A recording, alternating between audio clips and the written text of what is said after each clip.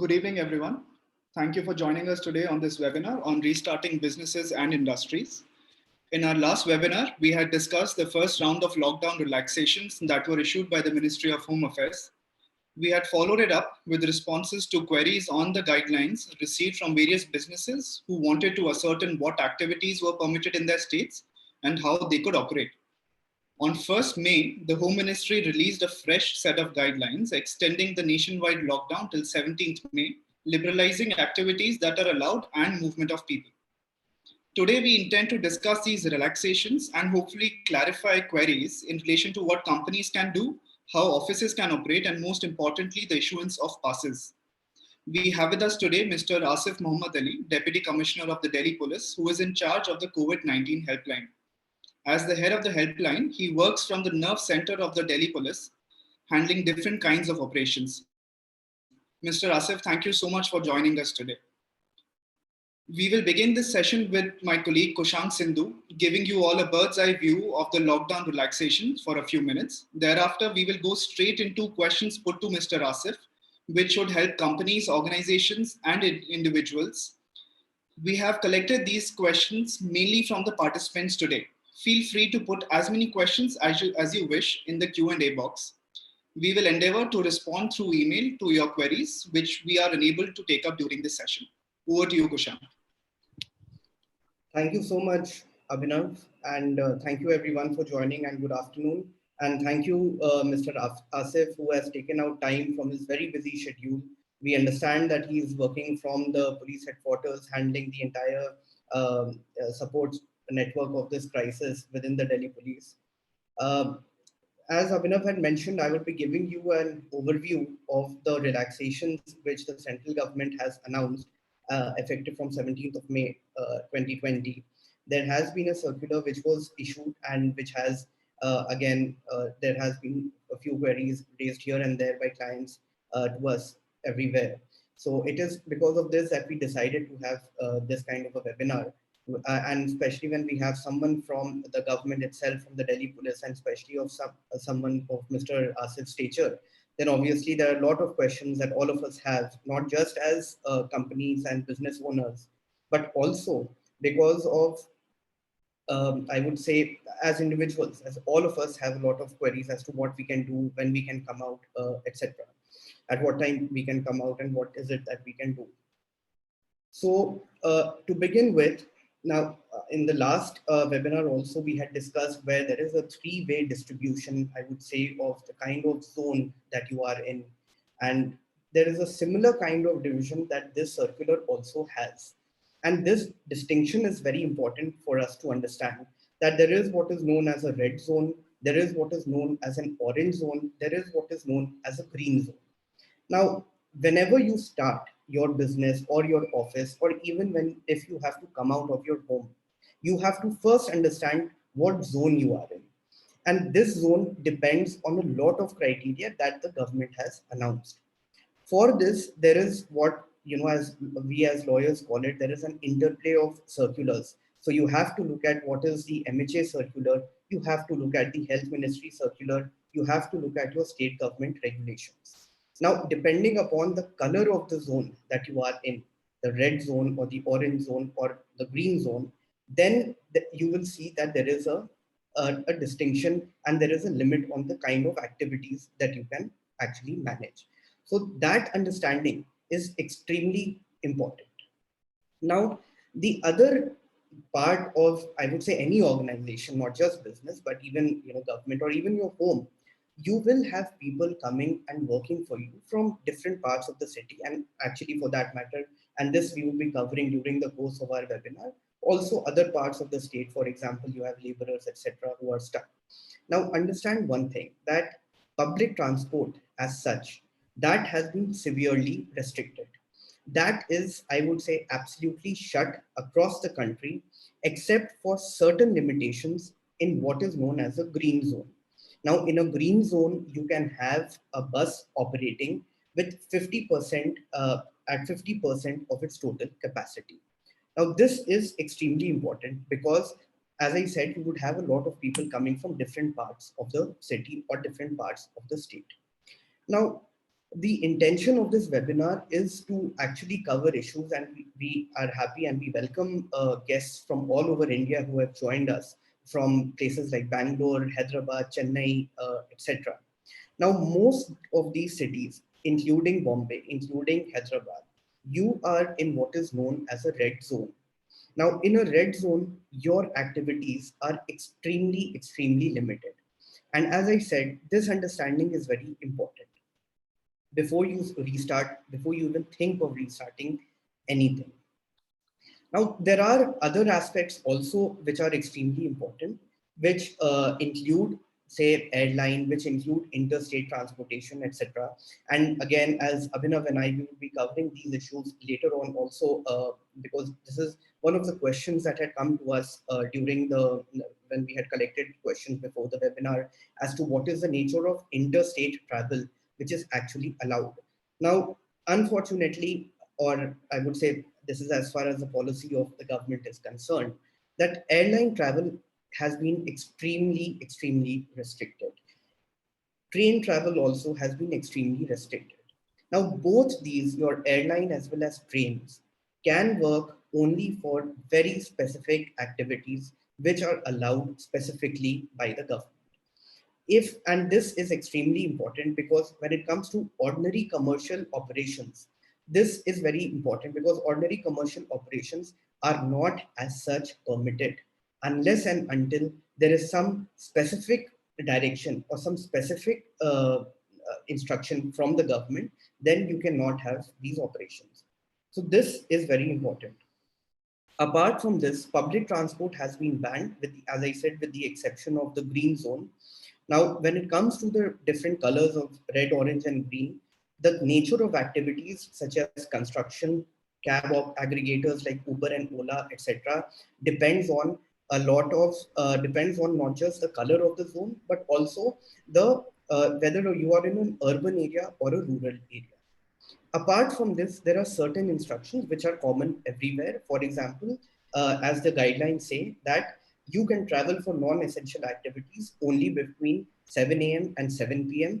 If you are less than 10 years old of age or more than 65 years of age, you have to be at home. The MHA guidelines also say that they require prohibitory orders such as Section 144 CRPC to be imposed in your area. So know about it before moving out. In workplaces especially, you have to ensure social distancing, and we have had a lot of clients coming for which we have been able to sort of structure their workplace environment in such a way that it complies with the social distancing guideline norm. Now, this is as far as our understanding as lawyers. We have seen the rules, but obviously now it's up to the police officers to actually guide us as to how to operate in this scenario. So, Abhinav. Well, thank you very much for this opportunity to exchange our views on this crucial element of our lives at this point of time. Just to help you appreciate about the different color zones which have been implemented by the government, just to start off, one needs to have a medical perspective to it. These are the color coding which is essentially being done by inputs coming from the health and medical professionals, fine-tuned by the Ministry of Health and Family Welfare. And therefore, this is a spatial description of the entire India in terms of the intensity of the COVID-19 pandemic. So naturally, as we understand, the red zones would be those areas or those districts in the country which are severely affected by the pandemic. That is the number of active positive COVID patients, the number of increase, the rate of increase of these patients, and overall surveillance and tracking which is being done by the health professionals. These are the indices on the basis of which they are able to classify something as red. Now, the green zones are obviously, as the name suggests, they are thankfully free from the infection, and therefore they are the other end of the spectrum. The middle zone, obviously, which is neither completely pressed down by the pandemic nor free from this is the middle category of the orange zone. Having said this, The whole idea of lockdown and the challenge before the government is to ensure a lockdown while maintaining essential supplies. The essential supplies obviously are related to food and medicines and the support of the medical infrastructure and operations all over India. So unless and until these two aspects are kept in focus, we will not be able to appreciate the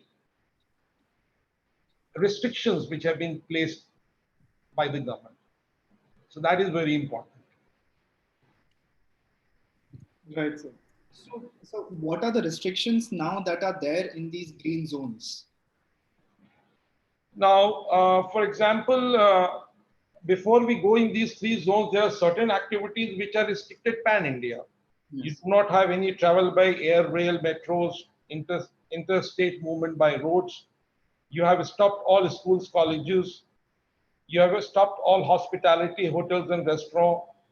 No gatherings in cinema halls, malls, gyms, sports complexes. All social, political, cultural and other kinds of gatherings in religious places. And therefore, no such movement of persons for these purposes all over India. This is applicable also in green zone. So this is the first big circle which takes over the entire three types of the classification. Yes. Coming to the red zones, there are large number of things which are not allowed. For example, the flying of cycle rickshaws and auto rickshaws and running of taxis and cab aggregators. You do not allow taxis and cab aggregators with one driver and one passenger also. Inter-district movement of individuals and vehicles are to be permitted, activities only with permissions, and restrictions on four-wheelers in terms of 2 passengers and pillion riding. Buses can operate with up to 50% sitting capacity. Bus can operate with up to 50% capacity. These are all not allowed in red zones, which are allowed in the orange zones. So therefore, certain activities which have been allowed in the orange zone are further restricted in the red zones. Right. So, sir, we wanted to understand that, and all of us, we have seen that the MHA has come out with these guidelines. But, sir, on a practical sort of day-to-day basis, how is it that the Delhi police especially is ensuring overseeing the implementation of these guidelines? How does it actually happen? How are they implementing it?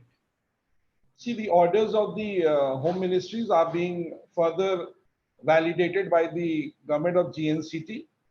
And therefore, a matrix is set in place where both the civic administration, that is all the deputy commissioners' revenues of 11 districts of Delhi police, of civil administration, and the 15 districts of Delhi police, they are actually working in conjunction under the leadership of Lieutenant Governor. And therefore, there is a day-to-day exchange of notes between the DCs and the DCP. It's very important to realize that because of the invocation of the National Disaster Act, all the deputy commissioners and the concerned officers as incident commanders, they are taking call with regard to the containment zones, with regard to the deployment around shelters, with regard to the decisions with regard to the shifting of the migrant laborers. So this is being decided at a macro level under the supervision of senior formations. As far as the Delhi police is concerned, the Delhi police plays an important role in assisting the civil administration at these locations where they are basically taking decisions with regard to containment zones, where there is a very increased incidence of disease and the entire sub area is locked down. There are nearly more than 90 containment zones in Delhi, which are distributed all over the city. And that is why all the 11 districts became red hotspots. And therefore, Delhi became in a kind of a category of red. These containment zones are distributed all over the districts, and therefore Delhi could not ease the restrictions, and therefore these containment zones are the super red hot areas within the city. And these containment zones are strictly being enforced with the assistance of Delhi police, where there is a very severe restriction of movement in and out, and all the supply channels are being handled by the government department. Now, outside rest of the city, the movement is as per the protocol which has been laid out so far. For example, right in the first level of when the first level of restrictions came during the lockdown, there was a system put in place by the issuance of e-passes by both Delhi government as well as by Delhi police. Delhi government issued passes through their deputy commissioner's offices based on the requirement of such entities or business entities which were involved in essential supplies. The whole idea was to ensure that each and every market complex in Delhi is able to feed the people in terms of essential supplies of groceries, vegetables, milk, and other essential items. So these were one of the facilitation of essential category movements in the city. On the other hand, Delhi police issued passes which were based on emergencies, human emergencies.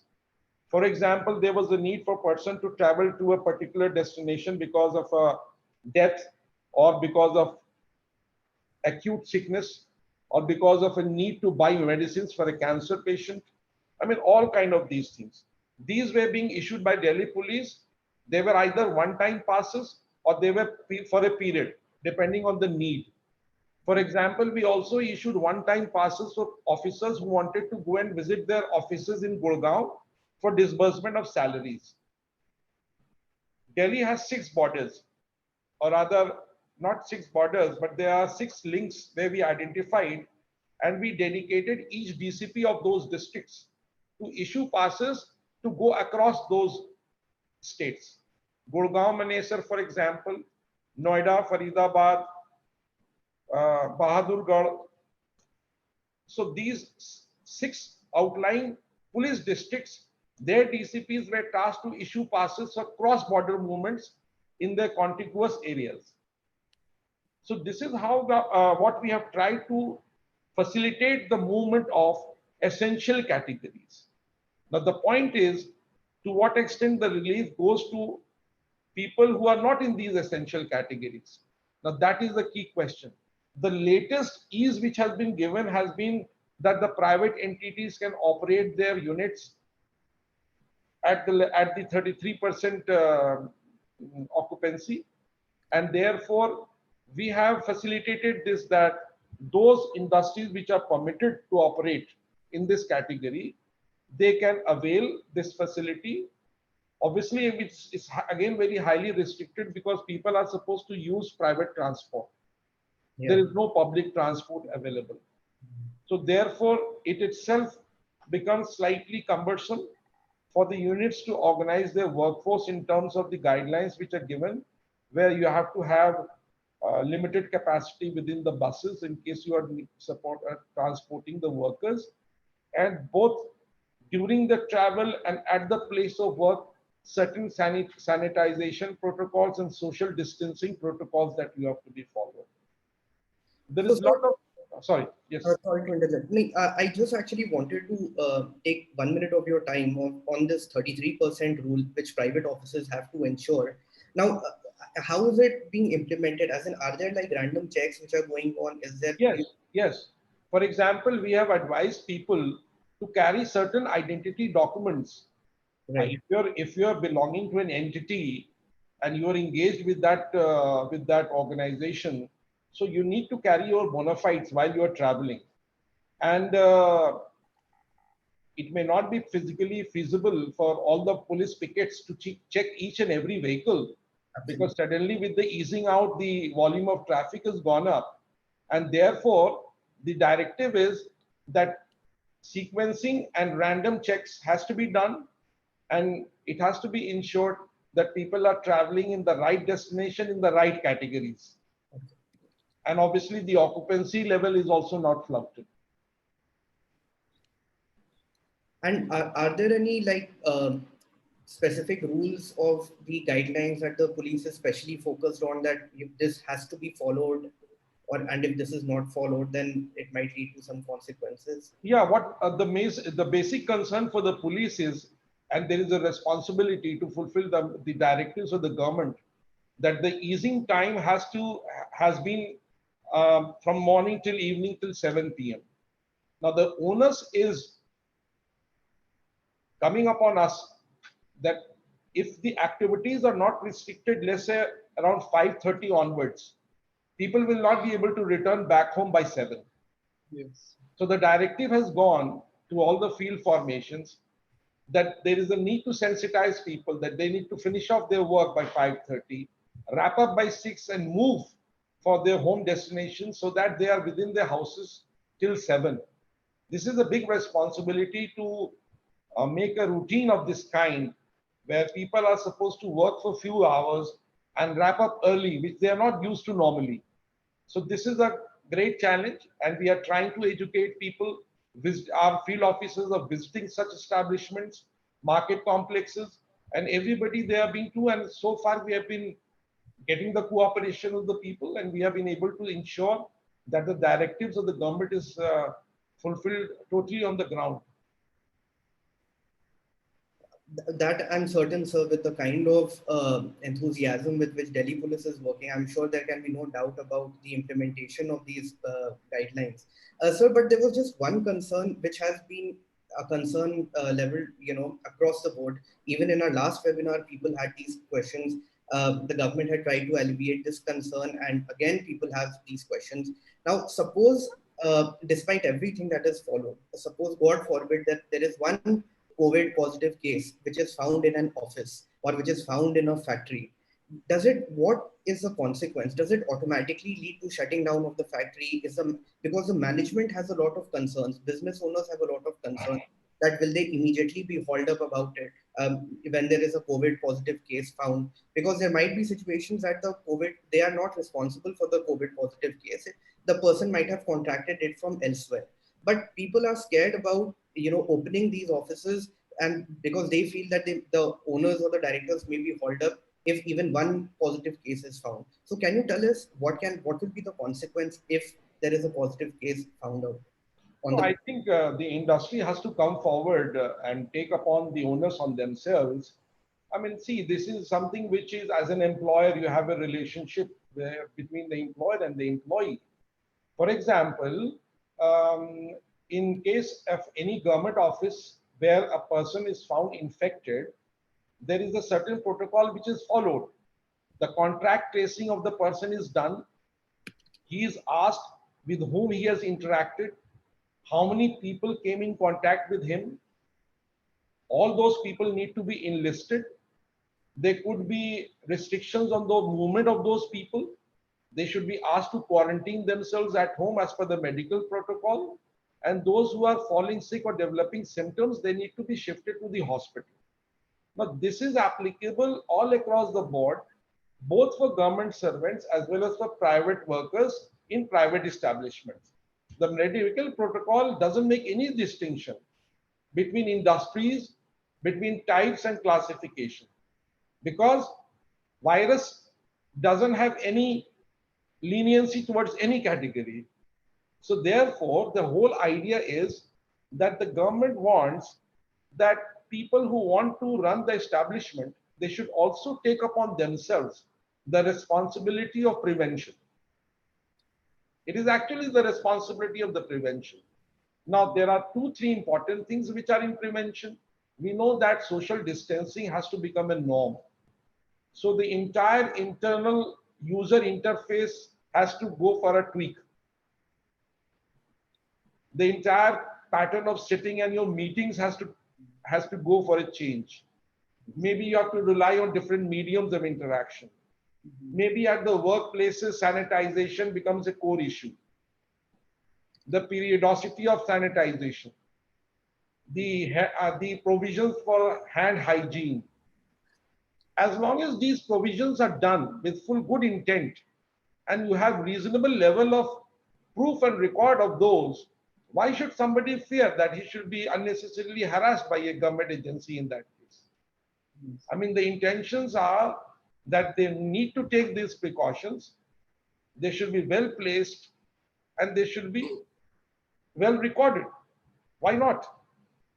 As a matter of transparent policy, both for the employees and for the establishments which might be supervising those establishments. Yes, so the question still remains in this case that the provisions of the Disaster Management Act do provide for certain powers with the government for penalizing the organizations in case there is any non-adherence of the rules. So are there chances that the organizations may be penalized in case it is seen that they were not diligent in following the rules that are there right now in place? As an officer, I must say that you have to respect the law, and therefore there is a provision for taking to task when people have not been able to fulfill directives, especially under the National Disaster Management Act, and for other penal provisions, for example, which are in the IPC for dissemination of infection and other things like that. I mean, therefore, there's no doubt on that unless and until the organization is fully geared with full intent to respect the directives, it will not be achieved. If you develop a cold feet with the aspect of a prosecution, then I think that is not the way to look at it. The fact still remains that everybody has given a chance of bona fide actions. So therefore, with that intent, if you are able to follow those directives in letter and in spirit, then obviously you will be able to justify your side of the story. And that is how things go by and large. But definitely there is that any kind of negligence when such a Disaster Management Act is in place and there are certain specific directives which have been issued, the people who intend to do work, they need to factor those, they need to implement those both in letter and in spirit. Yes. So now we move on to some questions that have been raised quite a few times by the people who are participating and even otherwise that we have been receiving. This is, so they've asked what are the portals that the Delhi police has opened to give public permissions? How can the public receive permissions in different cases? Like you mentioned that people have been given permission for traveling outside the city to visit a relative who's passed away or something like that. So how are these permissions to be obtained? There is now of late there are the recent order of the MHA which was issued on 29th of April talked about certain categories of stranded people like migrant workers, pilgrims, tourists and students and other persons. Now under these categories, the migrant workers, the pilgrims, the tourists and the a large number of students in one location and other persons who are stranded, for these the mechanism in Delhi has been that these categories of people will get permissions from the Deputy Commissioner Revenue, DCs of the civil administration. So therefore, for example, if you are a student and you are stuck up here and you want to travel back home in your private transport, then you need to apply on the Delhi government link of the Urban Shelter Board, and then they will help you in getting those passes. After that, you undergo a medical check at the dedicated facility, and then you are allowed to leave the city to a city in any of the states where you wish to travel. So this is a long distance travel of these categories. Migrant workers, obviously, as you know, that everybody has been asked to stay put till the government, in consultation with the recipient state and the sending state, there is a mechanism which is put in place. There is an understanding. There is a requisitioning of public train, a dedicated train, and then the entire administration is able to plan out a proper organized movement of migrant workers.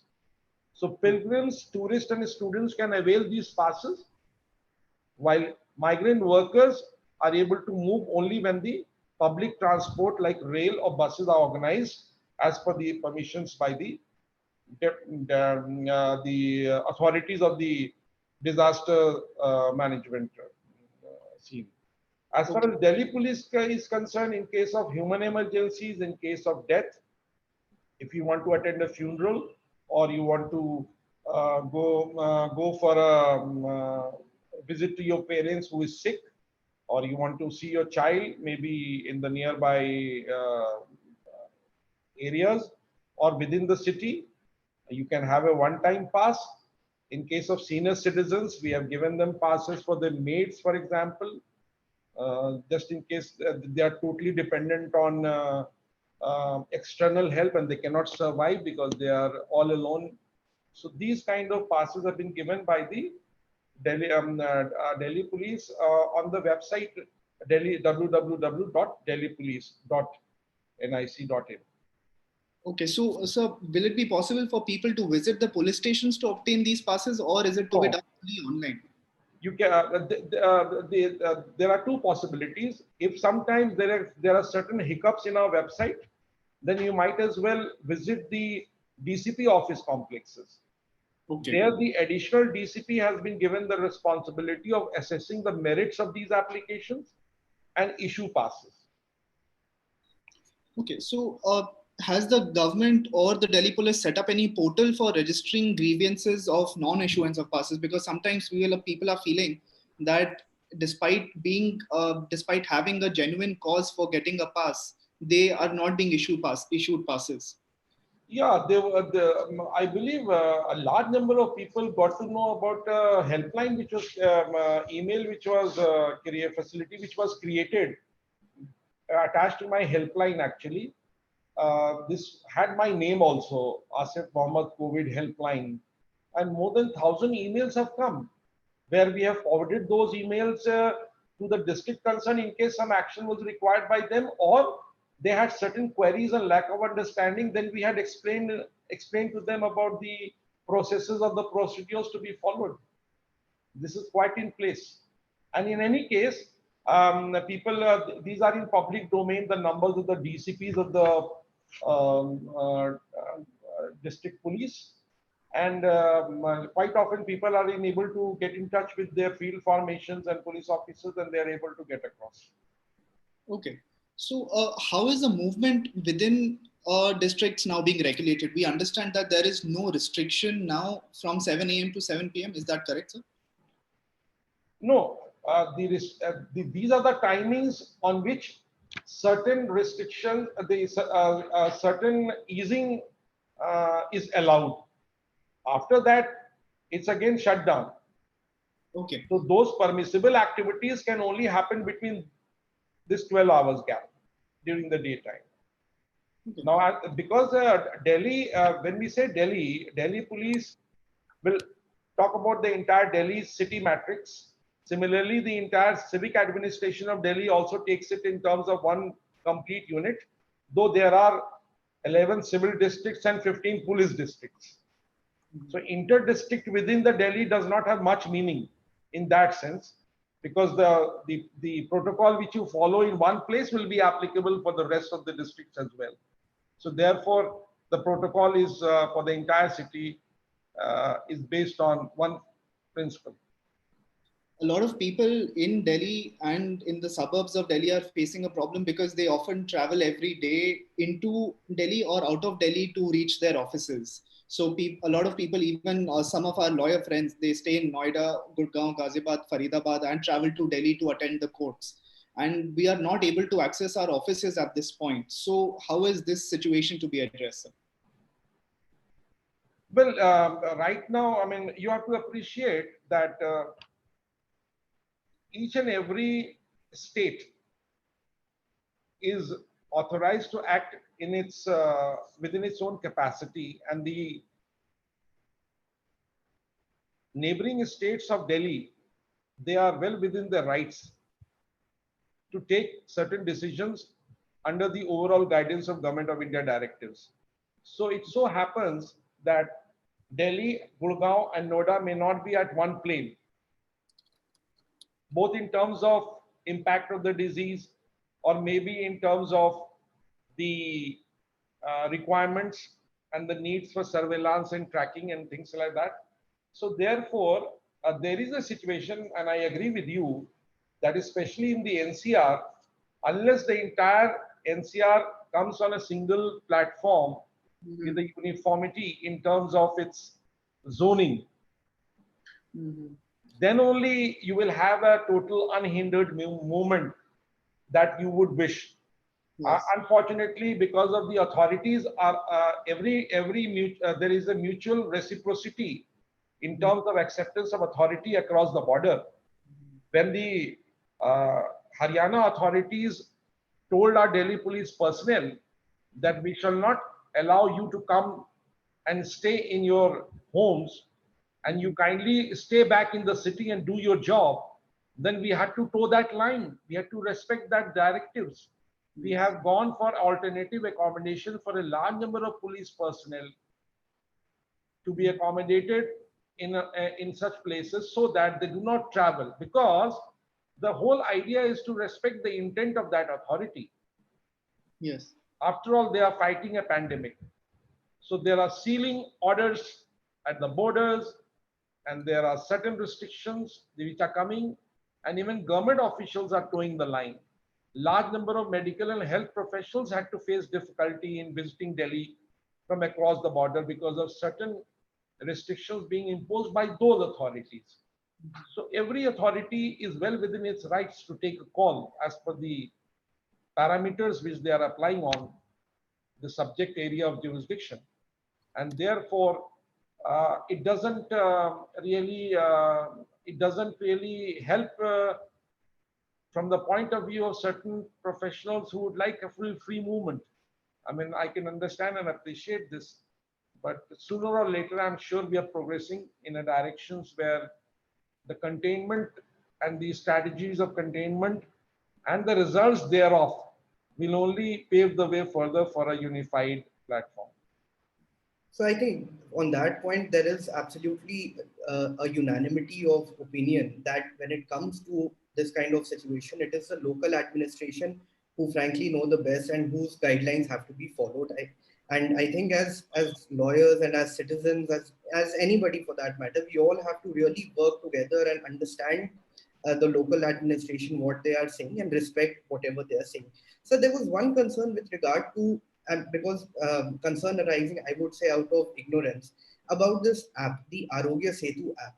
Can you just tell us about what the app is about, and if employers especially should ensure that their employees have this app? Is it mandatory to have this app downloaded on their phones?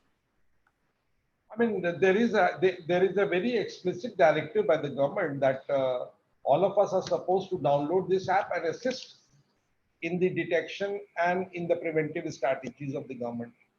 Now, this definitely is a very handy app, and you are able to at least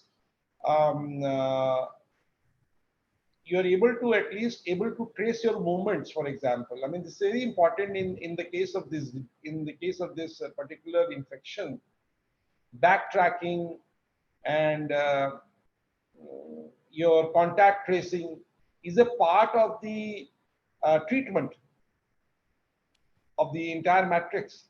So therefore, the fact that to what extent you are exposed to certain positive COVID patients, to what extent you have been exposed to them, how close you have been to them, and plus it will assist you, help recall exactly where exactly you have been when the retracing happens, and when the people start questioning you that with whom you have come in contact. Definitely it's a handy tool so that things are smoothened, and therefore as a responsible citizen, people should go for it, and maybe those issues can be discussed later about which has been raised in the public fora with regard to the app and all that. But I think the focus should be on the immediate efficacy for the pandemic. That I agree, sir, that we should focus on the pandemic. Sir, we would be also handling some of the questions that on Zoom people have been sending to us. So there was one concern that some people have with regard to the RWAs that so many RWAs within and in the NCR region. So what is the exact, and if you could just let us know clearly, because there is some confusion on this, that what is the power of the RWA to restrict and regulate entry and exit of people into the colonies? Because what I mean, I wouldn't want to elaborate on the issue, but I'm sure you understand what I'm trying to say as to what. Yeah, I mean, no, sometimes you see, I mean, you need to appreciate from the point of view that um, we had a heritage of Bhagidari. They are equal stakeholders in the administration of the city. So therefore, they are active participants in a good sense. And therefore, they raise the issues which are affecting the community at large. And they are definitely a medium by which the government is able to appreciate the issues being faced by the common man or the populace in a particular area. Having said that, RWAs have to understand that their advisories cannot be in contradiction or in contra purposes to the directives of the government. Especially in a place like metropolis like Delhi, where large number of these associations are manned by very seasoned people, I must say. I mean, definitely everybody is quite aware in this information age. So every RWA executive secretary or anybody, secretary of the president, needs to understand that none of the advisories being issued by the RWA, because any directive can be only an advisory by RWA. These are informal organizations. They do not have any statutory or formal status in that sense. So therefore, they are well within their rights to issue the advisories. But they have to keep a caution that as their advisories do not run in contradiction with the directives of the government. Anything which is permitted has to be permitted in the entire city, and the RWAs cannot declare independence. Yes, sir. Right. So now we have a very specific question from a person who is also a lawyer, and he works in a restaurant chain company. He's telling us that they are being told by the police that the restaurants which are open for takeout and for delivery services, they should be operated only from 7 a.m. to 7 p.m. But what we understand is that these delivery operations have been allowed even since the beginning of the lockdown, and they are allowed up till late in the night. So what is the exact position on this of the Delhi police? See, during the lockdown, we have to respect the new regime. All these cloud kitchens used to operate during the night. There is no doubt about that. Large number of supplies was happening in the nights. So these are the kitchens have been allowed in these establishments. They should appreciate only from the fact that they are dealing with essential items, that is food items. Yes. So therefore, in the lockdown period, there is a need to have a period during which this permissibility is allowed. And therefore, all these activities have to be shut down till 7 p.m. There is no confusion on that. So what was happening earlier was that people who are not able to sort of cook for themselves or provide food for themselves, they were able to order out even for dinner. So if they are shut by 7 p.m., then they will not be able to, people will not be able to order out. So that is a problem that people will face. I mean, this is an area which needs maybe micromanagement, but to the best of my knowledge so far, I mean, people need to, people may not have the privilege of having hot dinners, I suppose, during lockdown. We understand. So you need to have certain foods which can keep you going, but I believe a preference for hot meals has to be postponed till the fresh orders come. So now we have a question from Mr. A.K. Srivastav, who lives in Noida, but has to go to Delhi for a medical consultation, some urgent dental treatment. He says that he does not drive and his driver has gone home. And hiring Uber in red zone is not allowed, and people above 65 years of age are also not allowed to go out. We understand they're allowed to go out for medical treatment, but what would be your suggestion for Mr. Srivastava? He is staying in Noida. He's staying in Noida, and his dentist is in Delhi for where he has to go for urgent treatment. See, I mean, for us, what we had done was right from the start of the lockdown, that people carrying with medical documents and heading towards a medical establishment or a hospital or a clinic, which he says that I'm visiting to, our field formations were directed not to stop these people, Okay. even in the most strictest of the times. Now, the question is, as long as the person is able to come to Noida, from Noida to Delhi, we are definitely not stopping such people who are visiting their doctors. As long as they're carrying valid documents, and there is no need for a pass also. They can very well. But the point is, how does he move when he doesn't know how to drive? Now, there has to be a mechanism by which the Noida authorities need to pitch in. And it is only when the public transport is not there, unless and until in such critical cases, the state might pitch in, keeping in view the frequency of such cases and the intensity of such cases. I mean, for example, in Delhi, during this lockdown, hundreds of expectant mothers have been shifted to hospitals by PCR vans, which was never in normal policing time, this was never the call of the day because the lack of public transport made us do this. So therefore, I mean, he has to liaise with the Noida authorities so that at least his transport is allowed and he is provided with some facility. As far as Delhi is concerned, we are facilitating the visits of patients to the clinics and hospitals. Even the AIDS patients were allowed in the city with the green booklets. Right. So we have one question, that what is the protocol of the MHA in case an employee in an office or a manufacturing unit is tested positive? What is the protocol of the MHA?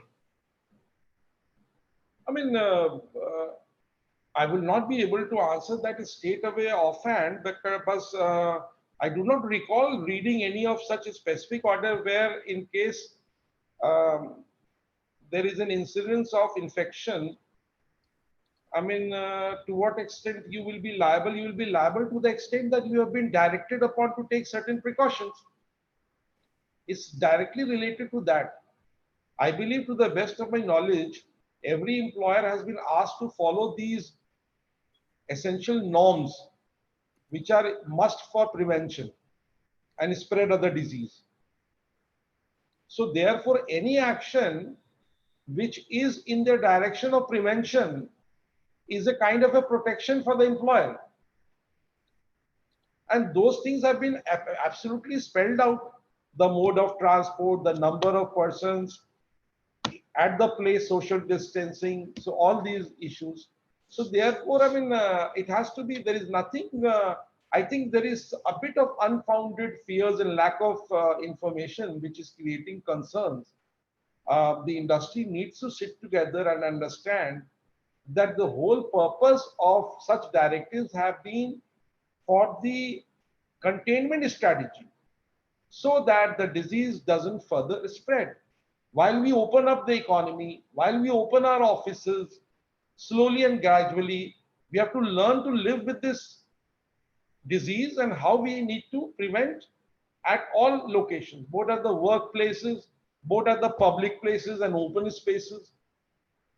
I mean, in the times to come, there will be certain regulations even for public places. I mean, anybody cannot now be unmindful of the fact that you can be a positive corona patient, asymptomatic, nobody knows about it, and you have the potency to further infect other people. So therefore, social conduct and social hygiene has to be regulated in the long-term perspective for prevention of this disease. It has to settle with us, I think. It has to settle with us that there are certain new normal, that new norm that you have to set in, both at workplaces, and there will be certain difficulties to start off. I must admit, it will not be easy.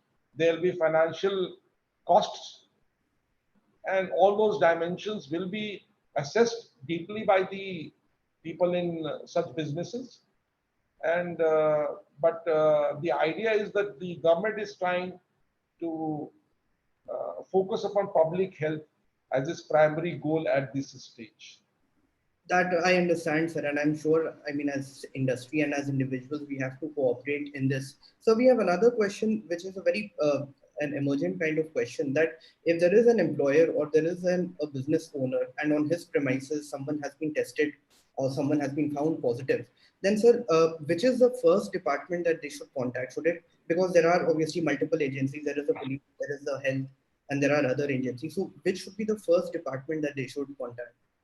Well, I suppose that the best thing would be that you should dial 100 number so that the police comes in picture. And the second option should be that the medical protocol needs to be followed. The person must be taken to the dedicated COVID hospital. Even the transportation must be very carefully done. The person who is accompanying and the person who is attending, they need to maintain safe distance. They need to be totally protected in terms of gloves, face masks, and all those. After taking all those prevention, the best thing is to take the patient to the COVID hospital. But detection would not happen suddenly out of the blue, because of the fact that if a sampling has been done, there is a previous history, because asymptomatic people are not being tested. It is only when you develop a symptom that the doctors will prescribe you a test. So you have to start with the preliminary symptoms. A person in the office, if he is reporting of preliminary symptoms which are indicative of COVID-19, then that has to be taken cognizance. He must be asked to report immediately back from the office. He cannot attend the office, because now you have to understand that he could be positive at this stage. You have to start thinking like this. This is the precaution. The moment it is reported is not well, he needs to be quarantined for 14 days at his home. Certain guidelines have come for self-isolation at home. There has to be a caregiver at home who has to be in touch with the hospital authorities, so that government gets an update that this person was not feeling well, he has been home quarantined for 14 days. Both the person himself as well as the employer need to keep a track. After 14 days, if those symptoms subside and he doesn't go for a test, he comes back and joins the office. In case he doesn't and he gets further complications, he is tested. Then after the test, if he develops positive, and then in that case he needs to be hospitalized. So you have to go step by step. It's like what we can call graded response. It's actually like a graded response. The first initial symptoms, if you report or if you feel anyone, then naturally one is being told by the government that you need to start these things. You have to self-quarantine yourself.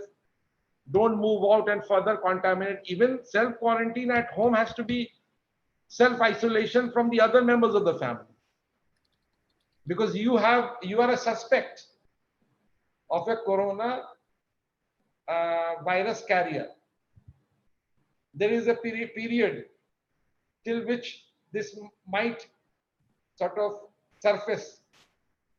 So all these planning and things have to be done. And you must be reading in the newspapers, more than 100 cops have developed, after tests, they have developed positive, they have been given positive COVID reports. So imagine, I mean, the kind of effort that as government department has to apply themselves. Where will they live? Are they in touch with their families or not? Are they meeting with their peer group or not? All that has to be taken care of to spread its further expansion. So yes. Similarly, every employer has to put this matrix on the table as and when whenever somebody develops, there has to be all that protocol has to be followed by the HR department. Absolutely in true sense of the word. Because that person, after all, as an employer, you have a moral obligation to ensure that he's advised correctly, both in terms of medical facility and both in terms of the law of the land. Today, hiding of information can be counterproductive. It will be damaging for the individual, but it will be counterproductive for society at large. Absolutely. So therefore, the employer has to fall in line, and they have to be one of the links in the chain. Yes. Right. So that is very informative, sir. So we have one more question from Mr. Abhishek Jain. He says that his material is not getting transported from his warehouse to the construction site. He wants to know whether any pass is required for this purpose.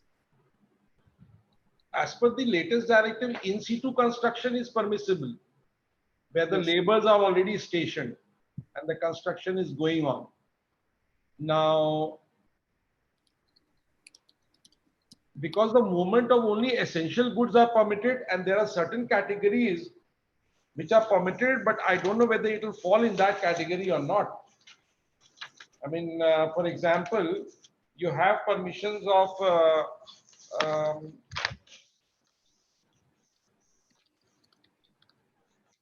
there are certain categories of industries which have been permitted to operate. Now, I believe he would be talking about certain raw material which are meant for construction industry. And through trucks, yes, sir. So trucks have been allowed with even in their. It's not the question of trucks. The whole idea is the movement of trucks are essentially restricted for the essential supplies. Mm-hmm. For the essential supplies, and I'll have to really check whether this kind of movement, where exactly has he given the location from where he has to transport and to which place? So he has not given the location, so it's in Delhi itself. Both the site and the source of raw material is in Delhi.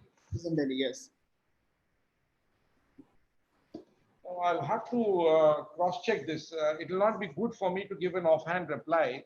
Right. So. But you can always share my numbers with him, helpline number, my number, which you have, Kushank. Yes, so we have your number, and he has just responded that it is within South Delhi and he wants the transportation from Chhatarpur and Goyal to Defense Colony. The only issue for me would be the movement of certain kinds of items which are being allowed right now. I'll just check, and we will try to resolve it if it's possible. Right, sir.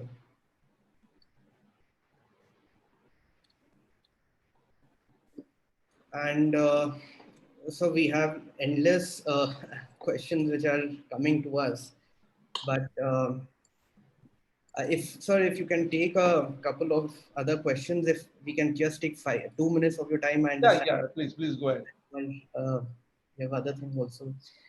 So there is just one question that from, I think it is from Mr. Yogesh Goyal. I have a mattresses manufacturing unit in Greater Noida, and I already had some orders from hospitals to supply mattresses to them. How can I get to operate my unit? As I live in Lakshmi Nagar, Delhi, my unit is in Noida.